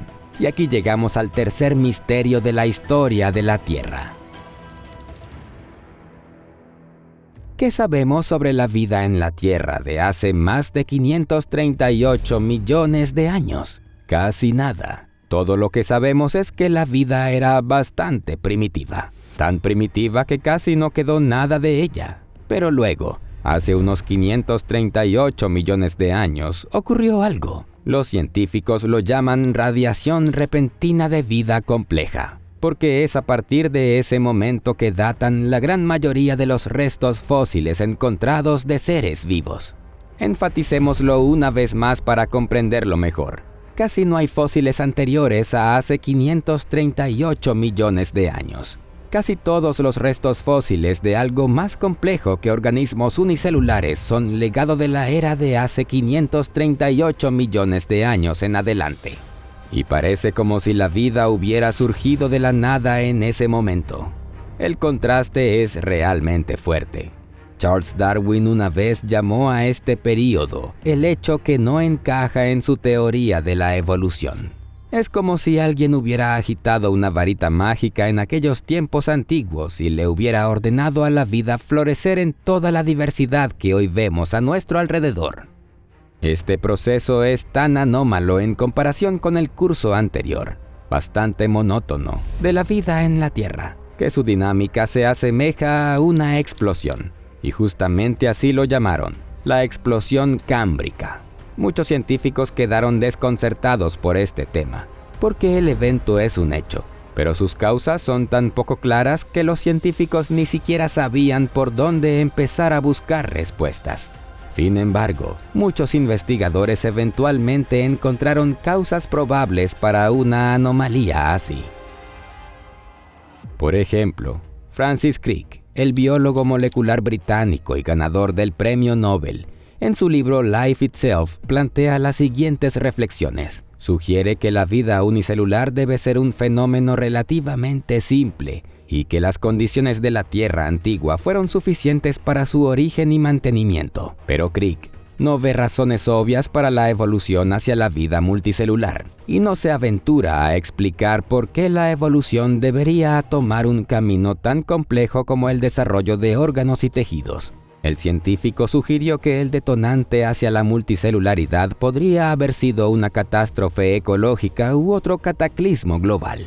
La lógica es bastante obvia. La vida en su conjunto tuvo que retorcerse, adaptarse y mejorar para atravesar el cuello de botella de condiciones deterioradas debido a una catástrofe planetaria. Y la Tierra bola de nieve encaja perfectamente en el rol de este evento catastrófico global. Al principio, los científicos fueron cautelosos con esta hipótesis, pero bastante rápido se hizo evidente que todo encajaba. En noviembre de 2021, la Universidad de Chicago publicó un artículo en el que los autores vincularon directamente el fenómeno de la multicelularidad con la hipótesis de la Tierra bola de nieve. Esta es la versión de los eventos que se propone. En las condiciones de una Tierra bola de nieve, los procariontes unicelulares primitivos podrían haber enfrentado dos desafíos fundamentales.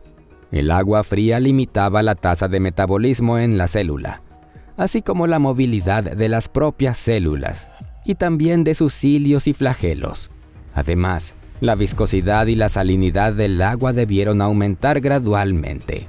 Tanto este factor como la saturación del agua con carbonatos podrían provocar tres grandes cambios ecológicos.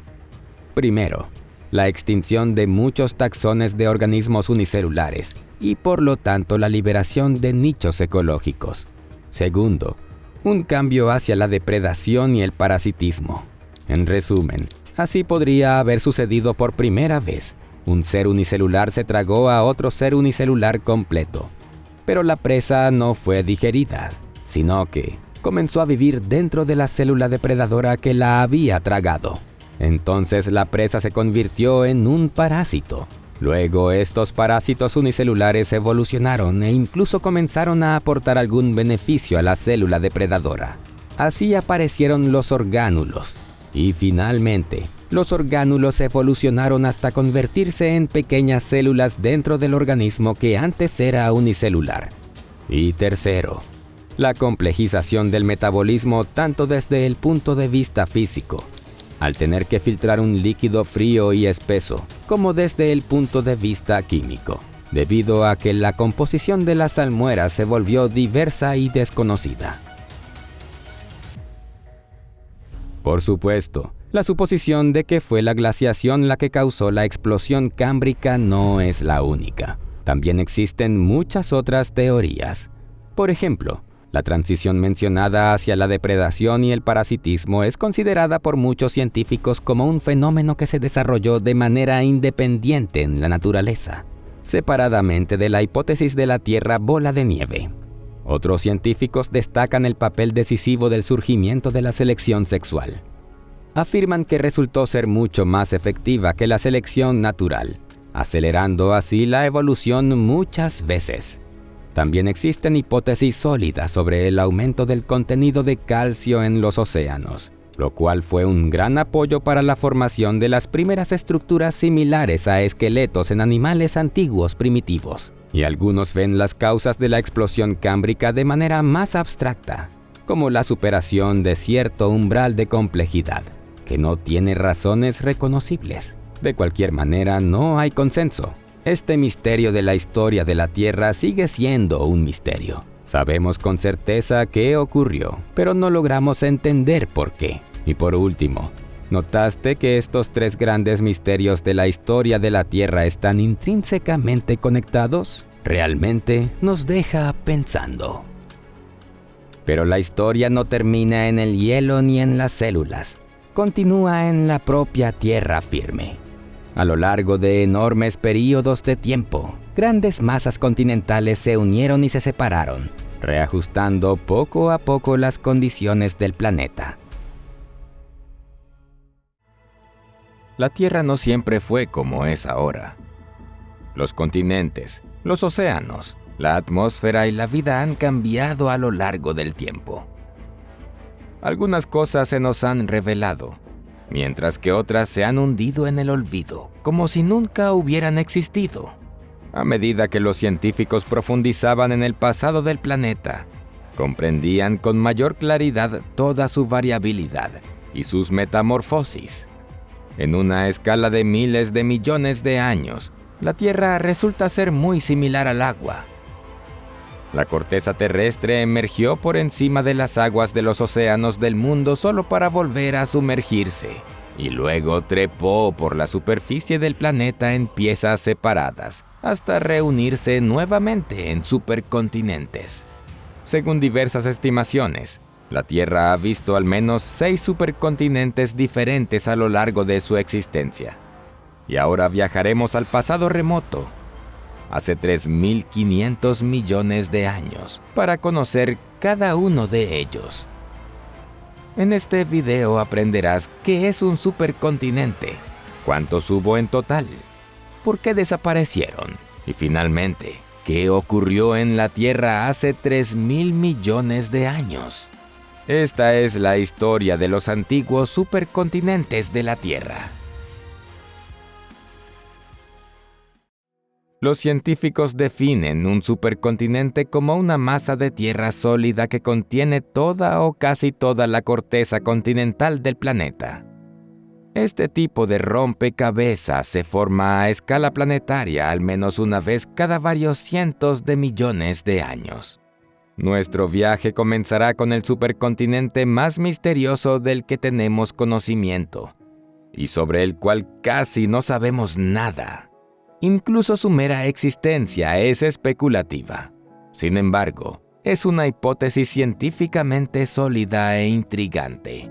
Además, existe un volumen considerable de evidencia material. Según estimaciones científicas, Valvara se formó entre hace 3.600 y 3.100 millones de años. Permaneció estable, supuestamente, entre medio billón y 1.000 millones de años, hasta la gran fragmentación ocurrida entre hace 2.800 y 2.500 millones de años. Los científicos han demostrado la existencia de Valvara mediante estudios geocronológicos y paleomagnéticos entre dos procontinentes del Arcaico llamados cratones, el cratón de Cap Val en Sudáfrica y el cratón de Pilbara en la región homónima del oeste de Australia.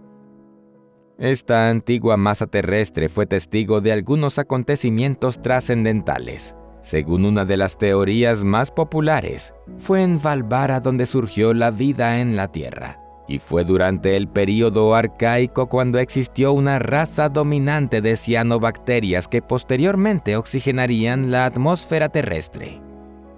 De forma bastante sorprendente, el hecho de que no existieran formas de vida complejas en aquella época es, en realidad, una buena noticia.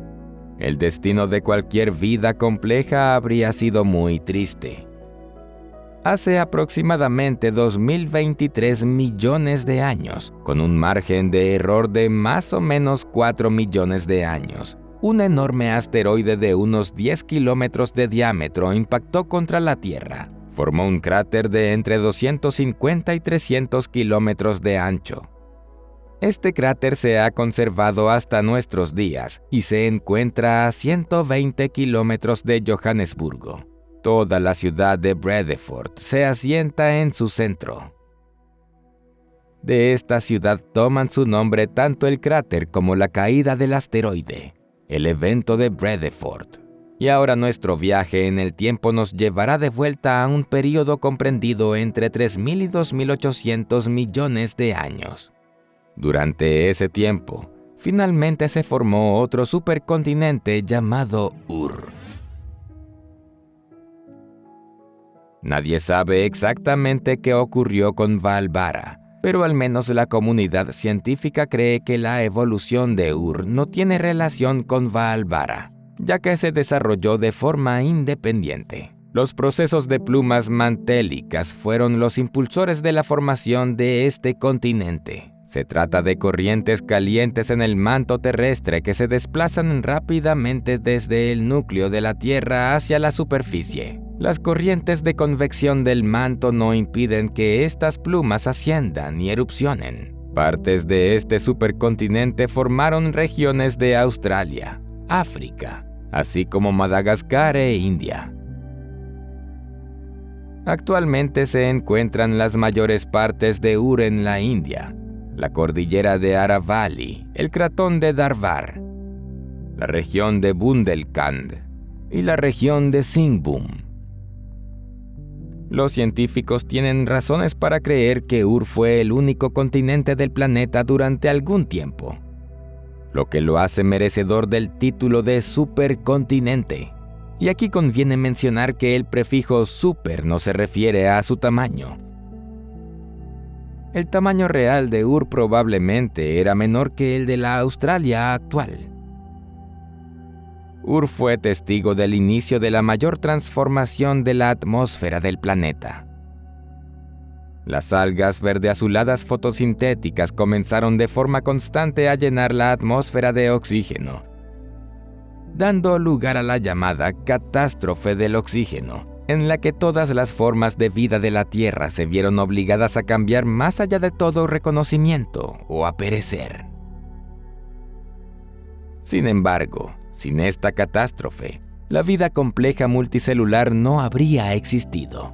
Muy probablemente, la evolución posterior de Ur tuvo un destino muy dramático.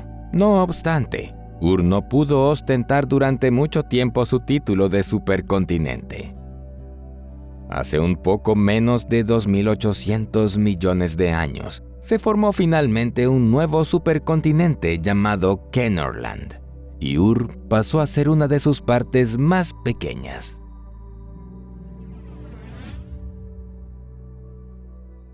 Este supercontinente se formó durante el período neoarcaico, hace aproximadamente 2.720 millones de años. Es notable por el hecho de que estaba compuesto en su mayoría por neocorteza. Los procesos de plumas empujaron magma caliente hacia la superficie de la corteza terrestre, acumulando gradualmente lava enfriada en el fondo de los océanos del mundo. Con el tiempo, estos depósitos alcanzaron la superficie del agua. Aparecieron pequeñas islas que siguieron creciendo hasta convertirse en cratones. Existen diferentes opiniones respecto a los límites de Kenorland. En cualquier caso, su forma se transformó considerablemente a lo largo de su ciclo de vida, pasando de parecerse a algo como esto, a hipotéticamente verse como esto otro. Kenorland se formó tras la unión de varios cratones. Si los recuerdas, los cratones de Pilbara y Kaapval formaban el continente Ur, que se unió a los cratones que acababan de surgir, concretamente el cratón careliano y el cratón superior. Este último fue el cratón más grande de los formados durante el período arcaico. Aún existe hoy en día y cubre Quebec, Ontario y el sureste de Manitoba en Canadá, así como el norte de Minnesota en Estados Unidos. En aquella época, la vida aún estaba en sus inicios. Un equipo de científicos franceses del Instituto de Geofísica de París logró encontrar rastros de vida en estromatolitos de unos 2.700 millones de años de antigüedad. Eran organismos unicelulares primitivos, lo cual no resultaba sorprendente. En aquellas condiciones era imposible superar la barrera unicelular. Fueron necesarios cambios ambientales drásticos para que se produjeran esos acontecimientos trascendentales y empujar la evolución hacia adelante. Y no tardaron en llegar. Según las teorías establecidas, este tercer supercontinente en la historia de nuestro planeta fue testigo de un cataclismo severo. Una vez más, las perspectivas de la vida en ese momento eran muy inciertas. Esta vez, la frágil biosfera del planeta sufrió un doble golpe. La catástrofe del oxígeno estaba en pleno desarrollo. Las algas verde-azuladas continuaban fotosintetizando oxígeno.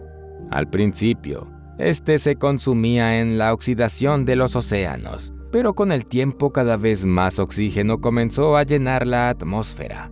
En aquel entonces, todas las formas de vida eran anaerobias, es decir, no respiraban oxígeno, que resultaba mortal para ellas. Todos aquellos que no pudieron adaptarse se extinguieron. La catástrofe del oxígeno también provocó cambios climáticos globales, concretamente la glaciación huroniana, la más antigua conocida. En aquel momento, el aire contenía una cantidad suficiente de metano como para provocar un efecto invernadero.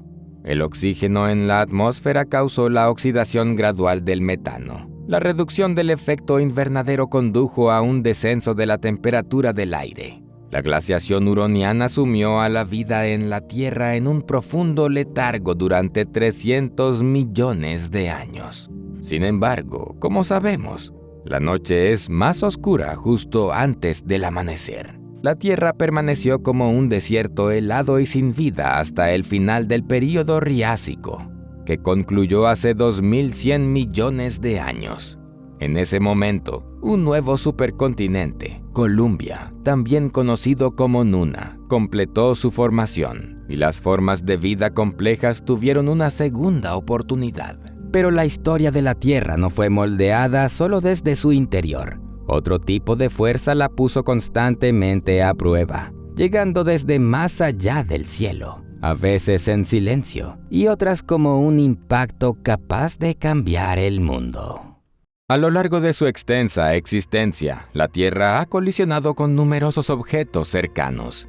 Algunos de ellos alcanzaron su superficie, mientras que otros explotaron al atravesar la atmósfera. Al igual que los volcanes, los impactos de asteroides han ido modelando la superficie terrestre durante millones de años. Incluso hoy en día, miles de cuerpos cósmicos bombardean la atmósfera de nuestro planeta cada año, aunque solo unos pocos cientos sobreviven al impacto. Los grandes asteroides, capaces de provocar cambios ambientales globales, caen en promedio una vez cada 100.000 años, y los cometas de tamaño similar, aproximadamente una vez cada 500.000 años, dejando consecuencias devastadoras a su paso. Descubre cómo los asteroides han cambiado de forma dramática el curso de la historia de la Tierra, transformando nuestro planeta azul en un ecosistema único. Asteroides que cambiaron la historia de la Tierra. Te sorprenderá saber que unos pocos grandes asteroides y cometas han provocado cambios catastróficos globales al colisionar con nuestro planeta. Los asteroides varían en tamaño desde menos de 1 kilómetro hasta casi 800 kilómetros y están compuestos de roca o metal. La mayoría de los asteroides de nuestro sistema solar se encuentran en el cinturón de asteroides entre Marte y Júpiter. Al entrar en la atmósfera, estas grandes rocas experimentan un intenso calentamiento por fricción con el aire, dejando una estela luminosa en el cielo llamada meteoro. A veces, un asteroide puede chocar con otro, y en ese caso pueden desprenderse fragmentos más pequeños. Estos fragmentos se denominan meteoroides. Si un meteoroide se acerca lo suficiente a la Tierra y entra en su atmósfera, se convierte en un meteoro, una estela de luz en el cielo. Cuando un meteoroide impacta contra la Tierra, recibe el nombre de meteorito. Los impactos masivos dejan cráteres, y los más grandes provocan cambios globales en la atmósfera, la hidrosfera y la biosfera. Los cráteres de impacto en la Tierra indican que nuestro planeta ha estado expuesto a asteroides desde su formación, hace unos 4.500 millones de años. Una vez cada pocos millones de años aparece un objeto lo suficientemente grande como para representar una amenaza para la vida tal como la conocemos. Descubramos las colisiones más significativas, comenzando por las más antiguas, en los albores del sistema solar, y aquellas que pudieron haber borrado a los dinosaurios de la faz de nuestro planeta. Se descubrió un cráter de unos 500 kilómetros de diámetro en la región de Wilkes Land, en la Antártida Oriental, al sur de Australia. Basándose en mediciones satelitales de fluctuaciones gravitatorias, se supone que el cráter tiene unos 250 millones de años. Esto coincide con la mayor extinción masiva del Pérmico-Triásico, que destruyó el 90% de la vida en la Tierra. Los científicos creen que fue causada por el impacto del meteorito que dejó el cráter en Wilkes Land. En este escenario, el impacto adelgazó la corteza terrestre y desencadenó violentas erupciones volcánicas. El tamaño y la ubicación del cráter también indican que el impacto pudo haber provocado el colapso del supercontinente Gondwana, creando una falla tectónica que impulsó a Australia hacia el norte. La anomalía gravitatoria de Wilkes Land, en el sector pacífico de la Antártida Oriental, tiene un diámetro de unos 510 kilómetros y está acompañada por corrientes de hielo y una región caóticamente perturbada de la capa de hielo continental. Esta parte de la cuenca subglacial de Wilkes es uno de los geoides negativos regionales más prominentes y de las anomalías gravitatorias asociadas del continente antártico. Los científicos utilizaron las fluctuaciones gravitatorias medidas por los satélites GRACE de la NASA para observar bajo la superficie helada de la Antártida y encontraron un bloque de material del manto de 320 kilómetros de ancho, una concentración de masa, o mascón en términos geológicos, que había ascendido hasta la corteza terrestre. Los detalles adicionales de las anomalías captadas por la misión GRACE son claramente visibles al comparar el campo gravitatorio previo a GRACE en la figura 1A con el campo gravitatorio de GRACE en la figura 1B. La figura 1B también muestra Sudbury, S, Chicxulub, Wilkes Land, W, y Bredeford, V, que es el mayor cráter de impacto de asteroide confirmado en el mundo. Este último se analizará a continuación. Hace unos 2.000 millones de años, un asteroide de al menos 10 kilómetros de diámetro se precipitó hacia la Tierra. El impacto ocurrió al suroeste de lo que hoy es Johannesburgo, en Sudáfrica, y creó temporalmente una depresión de 40 kilómetros de profundidad y 100 kilómetros de ancho en la superficie. Casi inmediatamente después del impacto, el cráter se ensanchó y se volvió menos profundo, ya que la roca subyacente comenzó a rebotar y las paredes colapsaron. Así se formó la estructura de impacto más antigua y grande conocida del mundo. Los científicos estiman que, cuando cesaron el rebote y el colapso, el cráter de Bredeford medía entre 180 y 300 kilómetros de ancho. El levantamiento tectónico en el centro del impacto fue tan intenso que una sección de 25 kilómetros de la corteza terrestre quedó volteada, formando una estructura similar a una cúpula.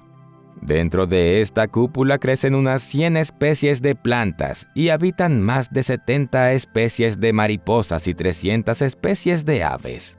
Algunos científicos creen que el devastador impacto global del evento de Bredeford cambió el curso de la evolución. Las diferentes capas de roca invertida se erosionaron a distintas velocidades y produjeron el patrón concéntrico que aún es visible hoy en día.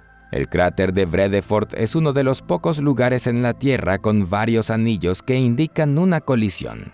El impacto estratificado inusual del cráter podría ayudar a identificar otros cráteres aún más antiguos, como el cráter de Chicxulub en México, del que hablaremos a continuación.